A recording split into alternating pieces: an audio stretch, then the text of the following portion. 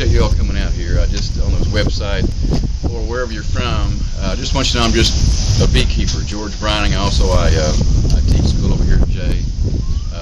But I just love this. I was raised on a farm, a wheat farm, and I've raised things all my life, wheat and cattle. I've had rabbits for a while, and goats and chickens. You can hear chickens probably in the background there, but I love to see things increase and get more of it, more increase. And right here, we have my I've got 3 hives here at my house. I've got a total of about 29 hives right now. These are called bee yards. And so this yard right here by my house, I have these 3 hives, and over here I've got my garden, which a lot of people just in Tulsa were talking about how they just love to see bees once in a while. And I want you to know that I've talked to a lot of you people in Tulsa, the Brookside and Cherry Street, Farmers Market, and some of you seem really interested and want to know more about bees. And I've shown you guys a frame of the honeycomb in it, and many of you have seen that out there on the Farmers Market. Maybe you've never seen it before in your life, But I'm going to go in here, Steve and I, here, my cameraman, we're going to go in here and we're going to pull out some of these. I'm going to try to give you a little lesson this morning, how to produce a queen when there's no queen there. You can't get any queens online right now. But I suppose you probably can, but this is the off season. This is late July of 2011. And most of that kind of stuff you can get usually in May or so, in April and May. But I've got 2 hives here that are not queen right. What that means is that there's no producing queen inside there. And how do I know there's no queen in there?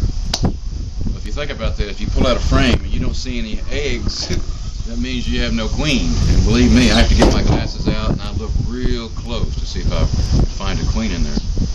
And I have it on 2 of these hives here, the one in the middle and the one on the far north side there. I didn't have a queen in. I couldn't find any eggs. And so what I did, let me give you just a general overview. I stole one of these frames from the good hive there on the south. That hive on the south is queen right. And I found that there was eggs in it. There's a pattern I'll show you that has a brood pattern here for the babies. There's a pattern of pollen here, like a rainbow pattern, and of honey. And I found me a frame that had eggs in it. And I shook off all the bees, and I put it over there in the other hive that didn't have a queen. What happens is that those bees, and all the workers are females, all 20, 30, 40,000. The women know all about that, but anyway, the females do all the work. They'll go in there and they'll pack royal jelly through their antenna, and they will pack that royal jelly full of enzymes and goodies in there, and then produce their own queen. But they have to have a fertile egg. You can't just have a queen from nothing. So they have to have a fertile egg. And what I'm hoping to find, because I haven't checked these for 10 days, I think July the 18th was the last time I checked these. Today is the 28th. So it's been about 10 days. What I hope to find is several queen cells hanging down in here. I may not. You never know how farming goes. But if I find some queen cells hanging down, I hope within about 21 days, another few days, she'll hatch out. And whoever the first one that hatches out, that queen will go around and sting and kill all the other queens around here. Because there's only one queen. There's got to be only one person, that's one royalty that runs the whole show. Queen is the only one of the bees that can sting multiple times. Whenever the females, the workers, when they sting, they die.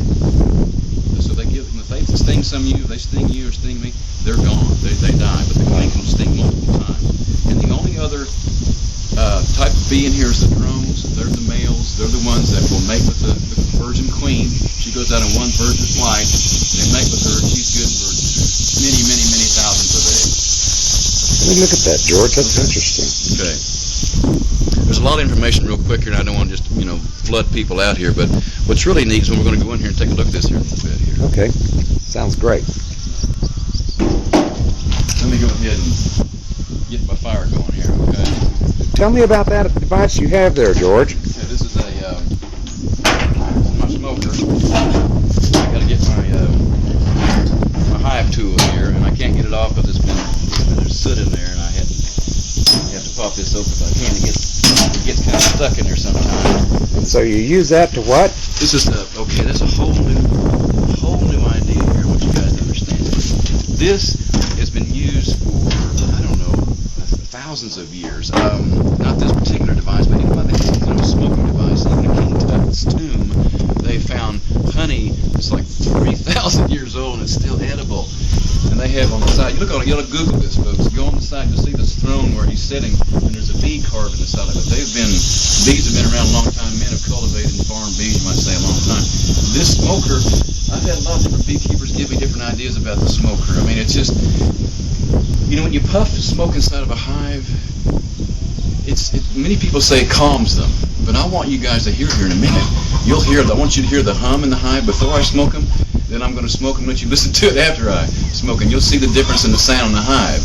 To me, it's more of an alarm system. And then when they're smoking a house, what do you care about? There's a fire, So if you're out there in the woods and there's bees out there in the hollow of a tree somewhere and there's a smoke, they're excited. They know that there's something intimately wrong. And so I think it's kind of a diversionary tactic. For all you military guys, I like a diversionary tactic. I put smoke in there, and they start worrying about the smoke more and me less. But they still check me out. Those garden bees are going to check you out if you're out here. But for the most part, they're concerned about the smoke, and they're dealing with that. So all I'm going to do is just, I've got my little deal here. I've got, Tulsa World here I use. Helps start the fire. And then I'll just take little strips of paper. And some guys use just various things, propane lighters, whatever. Maybe put 2 or 3 or 4 of these little papers in here. And this is like good old charcoal here that I used from the last time I checked the bees. So what I'm going to try to do here, it's not real windy this morning, get this going. Of course, you guys know this is called the bellows right here. Oh, I was wondering what the little box was. That's what it is. When I was a kid, I remember my dad took me to this guy in town in Cherokee, Oklahoma, where I grew up. His name was Ad Good. He was an old classic blacksmith. I guess I'm pretty old. I'm 56. And he had these bellows going, and he was in a blacksmith in a shop there. He worked on discs and different things my dad had. So I'm just going to keep puffing on this, and this old charcoal usually, not always, I don't want to embarrass me, usually starts pretty quick. You can see it's going pretty good here.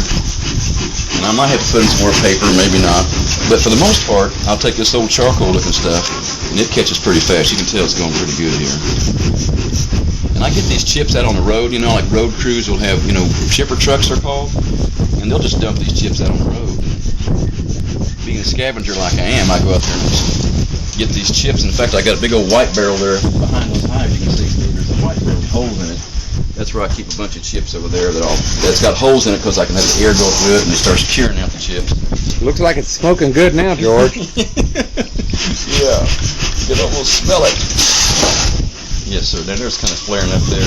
What I want to do here, get it going, and this is the old part of the old mystique, I think, of the beekeeper. They always see with smoke around, which is, like I say, it helps. Some people say it calms them down. I think it's a diversionary tactic. They start worrying about this more than they do me. Anyway, you hope so. Sometimes, different parts of the year, they'll leave you alone, it's no big deal. And sometimes during the year, they'll just really, when it gets to, I told Steve this earlier, when it gets to be a more sparse time of year in the fall and the spring, when there's not as much bloom around, they'll start checking you out much more intensively, especially if you wear cologne or you're into shampoos and things. Some of you probably already know that, but I don't do much of that. I mean, I got rid of the old cologne and fancy shampoos a long time ago, but they check me out too good. You drop the lid on it like that, and then you can puff this along, and you got your built-in smoke. Awesome. You always hear about beekeepers saying, well, how's your smoke? You got your smoke, It's hard to keep your smoker going. Because you go from one yard to another, and you want to keep your smoker going. I'm going to put on my suit here, and this is all going to take time. Okay. Steve.